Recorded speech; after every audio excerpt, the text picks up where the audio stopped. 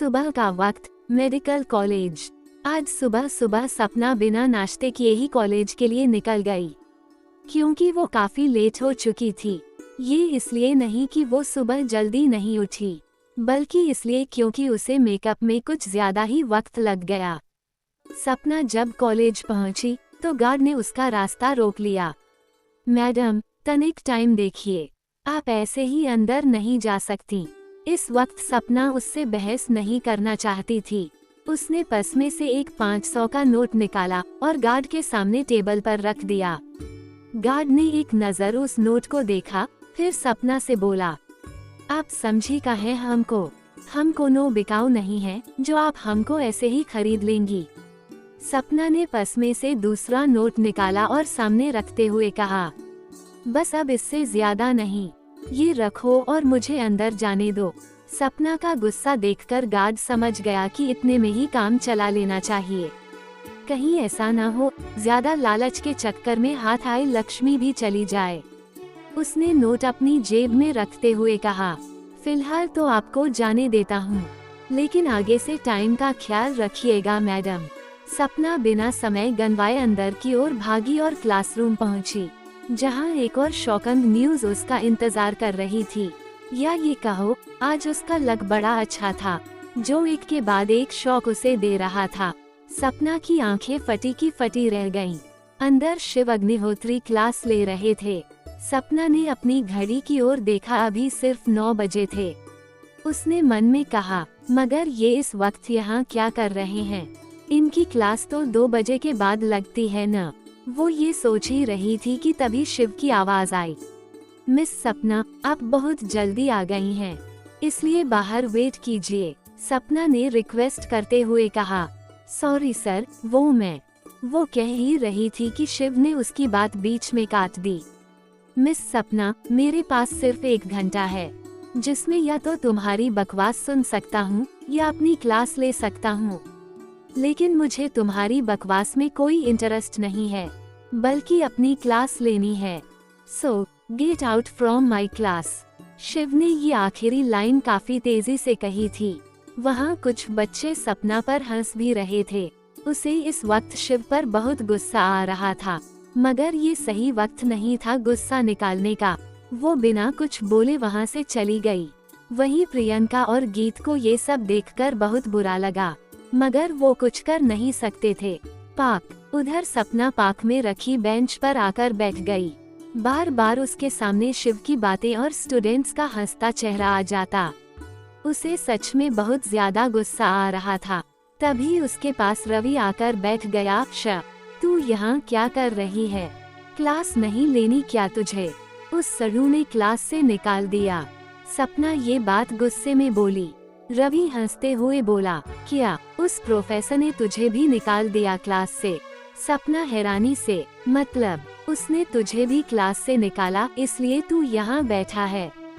या of course, पर जो भी हो उसने अच्छा किया। वैसे भी मेरा आज क्लास लेने का मन नहीं था। आखिर वो सड़ू खुद को समझता क्या है? जज है कहीं का, जो मन में आया वो सजा देगा।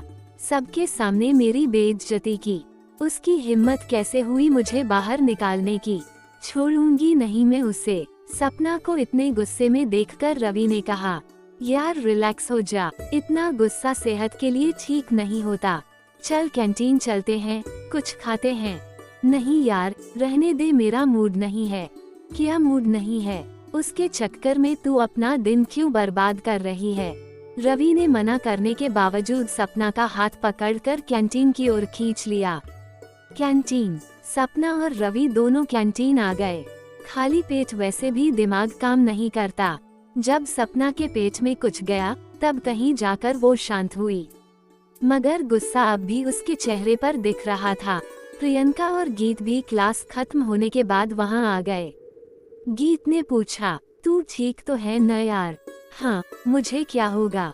सपना ने मुस्कुराकर जवाब दिया। प्रियंका ने कहा, मुझे लगा शिव सर के बिहेवियर के बाद तेरा मूड खराब हो गया होगा।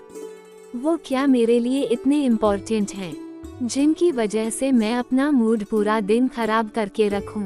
रवि मुस्कुराते हुए बोला, that's like my good friend, be always positive. सपना मन में सोचती है, पॉजिटिव तो रहना पड़ेगा, किसी और को नेगेटिव जो करना है, वैसे भी उस सरू का कुछ न कुछ तो करना ही पड़ेगा।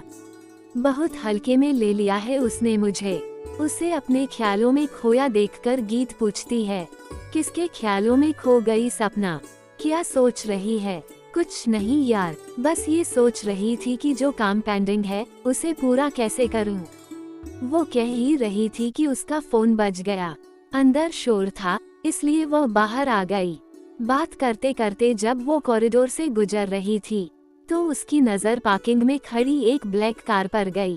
प्यून उसमें से सामान निकाल रहा था। सपना ने कॉल कट कर दिया और पार्किंग की ओर बढ़ गई।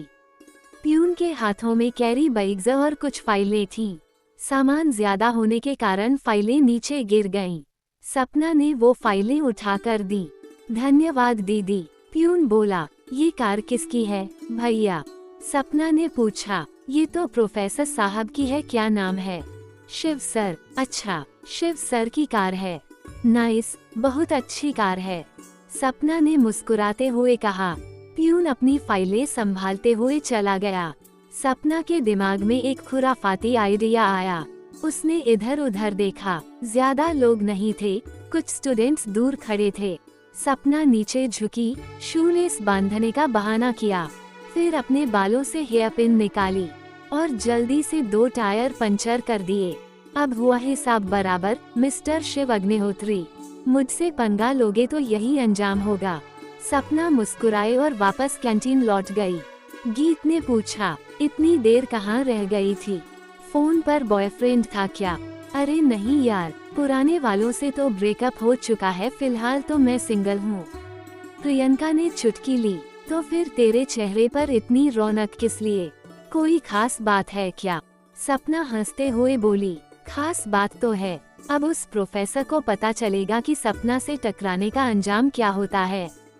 मैंने उसकी गाड़ी पंचर कर दी। क्या? प्रियंका, गीत और रवि तीनों एक साथ चौंक पड़े। बड़ी से बड़ी हस्ती मिट गई। हमें गिराने में जनाब आप कोशिश भी मत कीजिएगा, वरना सारी उम्र गुजर जाएगी। हमें झुकाने में। सपना ने जब सबको ये बताया कि उसने शिव की गाड़ी का टायर पंचर कर दिया है तो सब उसकी बात सुनकर हैरान रह गए। प्रियंका ने हैरानी से कहा, तुम्हें पता भी है तुम क्या कह रही हो? किसी ने तुम्हें देखा तो नहीं? सपना जो भी काम करती है बड़ी सफाई से करती है। सपना ने इतराते हुए ये बात कही तो गीत ने कहा, तुम कुछ करने से पहले एक बार भी नहीं सोचती क्या? इसमें सोचना क्या है यार, तुमने देखा नहीं उस सदू ने सुबह मेरे साथ क्या किया? मैंने तो बस उसे छोटी सी सजा दी है। शाम को तैयार रहना, सबको लाइव टेलीकास्ट दिखाऊंगी। ये कहकर सपना वहां से चली गई। शाम 5 बजे के करीब सपना के कहने के मुताबिक सब उसके साथ कॉरिडोर में खड़े थे। सब वहां शिव सर के आने का वेट कर रहे थे। खासकर सपना शिव के चेहरे का रिएक्शन देखना चाहती थी, मगर उसे क्या पता था जो शौक वो दूसरों को देने वाली है वो उसे ही मिल जाएगा। सपना ने जिस गाड़ी को पंचर किया था वो ब्लैक कलर की कार थी, मगर शिव उसके बगल में रखी सफेद कार में आकर बैठ गया। अब चौंकने की बारी सपना की थी। उसने जिस कार को पंचर किया था वो तो शिव की थी ही नहीं, मतलब उसने किसी और की कार को पंचर किया। लेकिन किसकी? वहीं सपना के पीछे खड़े प्रियंका, गीत और रवि खुद को हंसने से न रोक पाए। सपना को अपनी ओर घूरता पाकर वो तीनों चुप हो गए।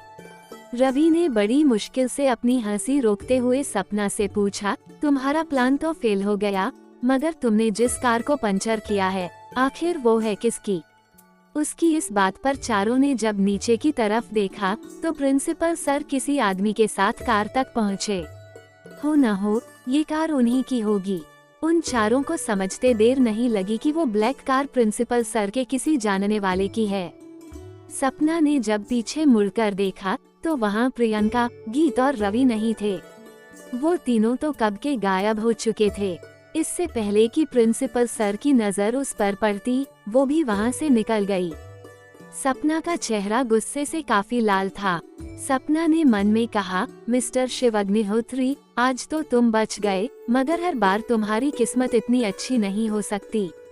DAV school. वेदिका अपनी क्लास लेने के बाद जब स्टाफ रूम में पहुंची तो सभी टीचर्स आपस में कुछ बातें कर रहे थे। सपना के आते ही वो लोग एकदम से चुप हो गए। सपना को बड़ा अजीब लगा, वो अपनी सीट पर आकर बैठ गई। तभी दीप्ति ने उसके पास बैठते हुए उससे कुछ कहा, जिसे सुनकर वेदिका हैरान भी थी और काफी गुस्से में भी। वो उठी और सीधा प्रिंसिपल रूम की तरफ चली गई। वेदिका बिना डोर नॉक किए प्रिंसिपल रूम में सीधा घुस गई।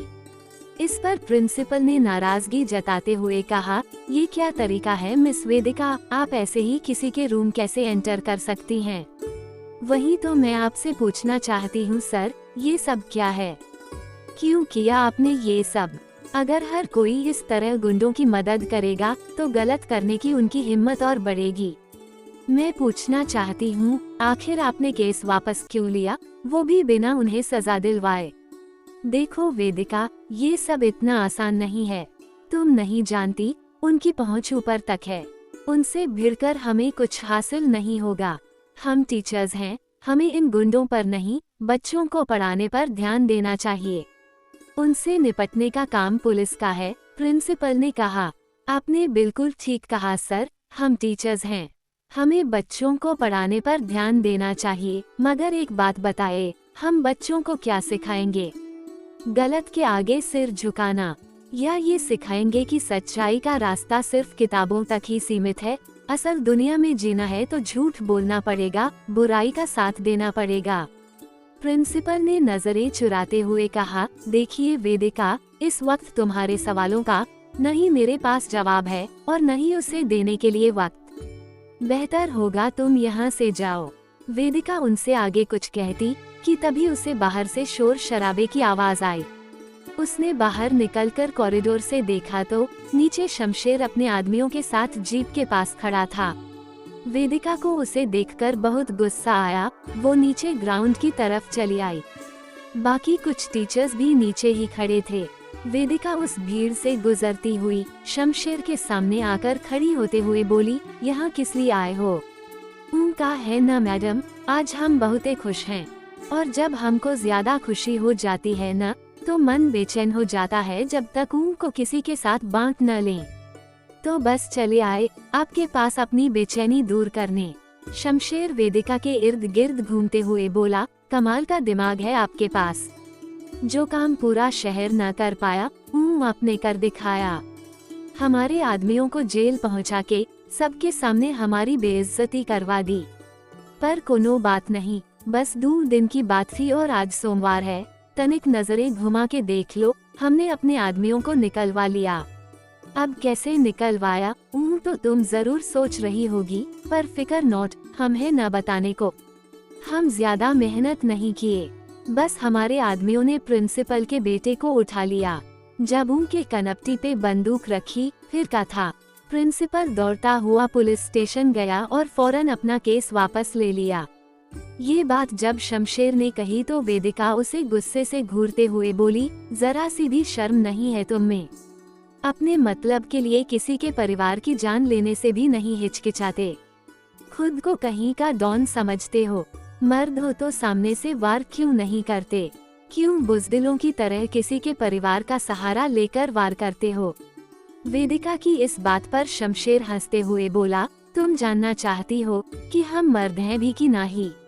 शमशेर वेदिका के थोड़ा पास आकर बोला, एक बार हमारे बिस्तर तक पहुंचकर तो देखो, खुद ब खुद समझ जाओगी। इतनी ताकत है कि तुम हफ्ते भर तक उठ नहीं पाओगी। शमशेर बड़ी बेशर्मी से ये सब कह गया। वेदिका ने उसकी बात पूरी होने से पहले ही उसके गालों पर एक जोरदार तमाचा जड़ दिया। ऐसे होते ही वहाँ खड़े सभी लोग चौंक गए। शमशेर के आदमियों के कदम पीछे की ओर बढ़ गए। जो लोग वेदिका से मार खा चुके थे, उनके दिमाग में अब भी यही बातें चल रही थीं कि कहीं वेदिका शमशेर का भी वही हाल न करे। शमशेर अपने गाल पर हाथ रख गुस्से भरी नजरों से वेदिका की ओर देख रहा था। वेदिका ने उसे उंगली दिखाते हुए कहा, तुम जैसे घटिया इंसान के दिमाग में ऐसी ही घटिया बातें हो सकती हैं। तुम अपनी मर्दानगी सिर्फ कमजोर औरतों पर ही साबित कर सकते हो, मगर तुम्हारा सामना मुझसे हुआ है और मैं कमजोर नहीं। शमशेर दांत पीसते हुए बोला, हम पर हाथ उठा के बहुत बड़ी गलती कर दी तुमने। अंजाम अच्छा नहीं होगा। वेदिका ने फीकी सी मुस्कान के साथ कहा, तुम्हारे आदमियों ने भी यही धमकियां दी थी, जरा पूछो उनसे मैंने उनका क्या हाल किया। शमशेर ने एक नजर आसपास दौड़ाई तो कई नजरों को अपनी ओर घूरता पाया।